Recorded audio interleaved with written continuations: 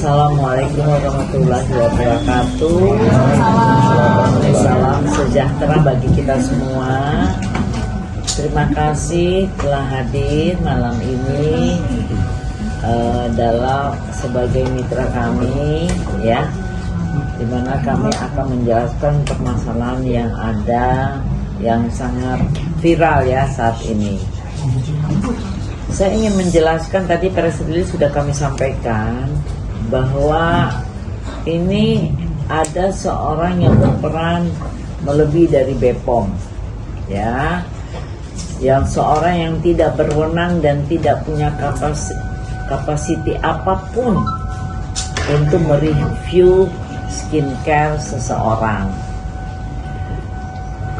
Dan jika misalnya ada suatu skincare atau ada produk pengobatan atau produk apapun yang melanggar, itu bisa langsung lapor ke BPOM, di mana BPOM itu ada penyidiknya khusus yang akan diproses secara pidana.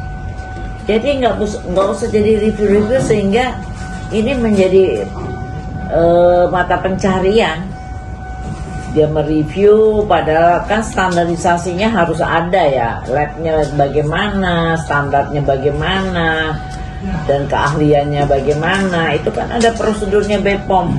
Itulah negara telah menunjuk BPOM itu untuk masalah obat-obatan dan segalanya, termasuk skincare. Salah satunya skincare, tapi obat-obatan dan semuanya itu harus seluruhnya melalui BPOM. Tambah lagi sekarang halal ya, halal nanti Oktober 2025 ini harus berjalan.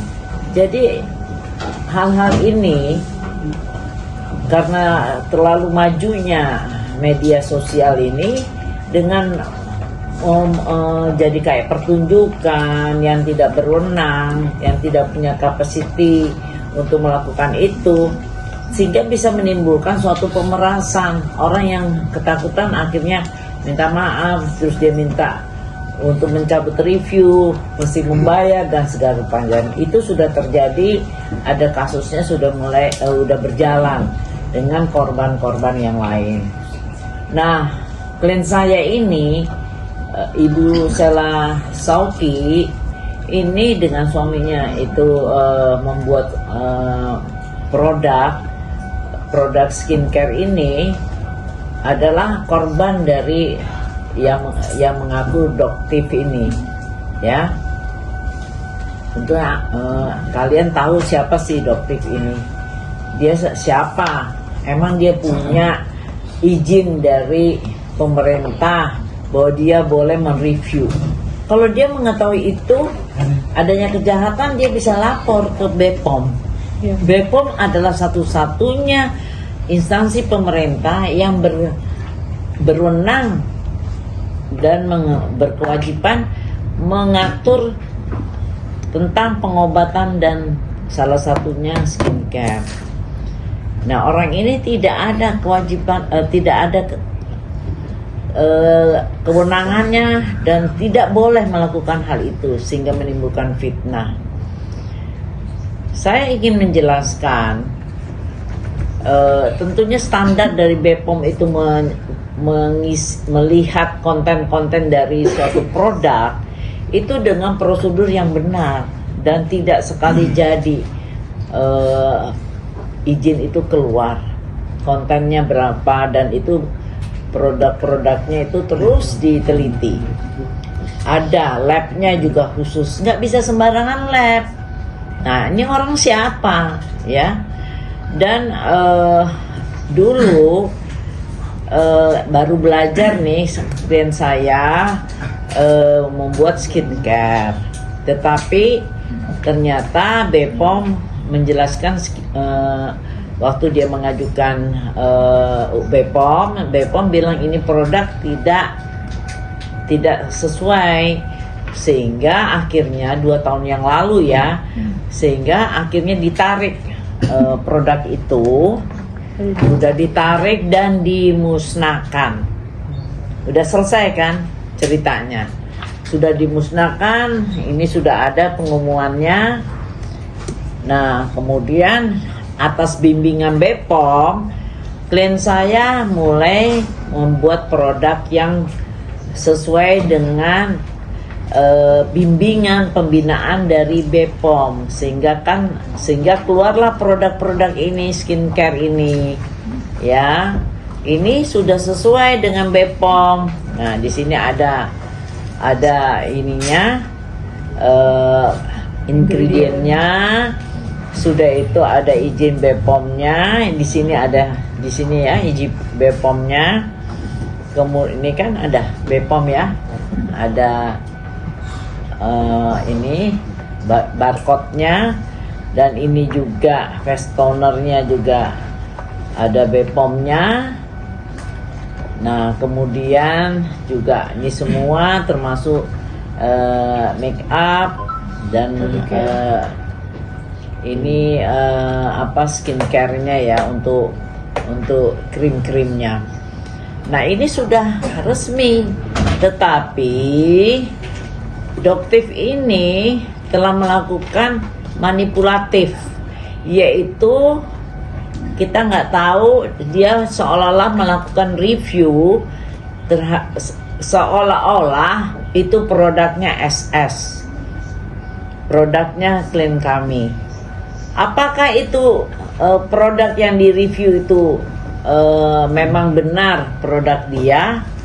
Kita nggak tahu. Yang ada BPOM-nya, apakah itu produk orang lain yang sudah rusak, atau juga produk klien kami yang lama yang udah dimusnahkan, mungkin ada yang kececer yang belum musnah. Jadi kan kita nggak tahu, itu kan nggak boleh. Dan yang paling parah, telah menyiarkan data pribadi dari klien kami. Dan itu langsung penjualan dari klien kami itu jatuh. Ini kan mata pencaharian orang. Kasihan kan klien kami ini, suami istri yang bekerja keras untuk menghidupi 4 anak. Tiba-tiba dilakukan demikian, sadis tuh orang. Dan ini jual-jual produk juga tidak bagaimana gitu bisa kaya raya ya. Yang kaya ya, ini baru merintis langsung dihancurkan. Dan ternyata dia juga memperbandingkan dengan produk orang lain, dan itu kelihatan memperbandingkan dengan produk lain, itu kan namanya persaingan curang ya. Dan jadi mohon maaf, klien saya demi menghidupi keluarga emosi. Jadi waktu mereka mereview yang tidak benar, selain tidak punya capacity, juga dia datangi, itu yang kamu review tuh produk apa, itu yang ditanyain. Nah, itu yang menjadi perang mulut, tapi tidak terjadi yang disebut persekusi apa segala rupa, tidak benar itu. Yang ada klien kami minta dia stop, jangan menyiarkan data pribadi, dan juga memberikan suatu keterangan yang tidak benar. Barang yang ada yang dia bilang dia tutup itu barang yang mana? Yang saya pernah, apakah itu barang orang lain yang dia sebut SS? Apakah itu barang klien kami yang sudah dimusnahkan? Terus atau barang ini kan nggak tahu. Nah, itu yang perlu kejelasan, harusnya fair ya. Dan kemudian dia itu juga terus-menerus menghajar, atau apa tujuannya, siapa yang membayar Doktif ini, dan dia bukan siapa-siapa untuk mereview ini. Dan kami telah melaporkannya di Polda Metro Jaya.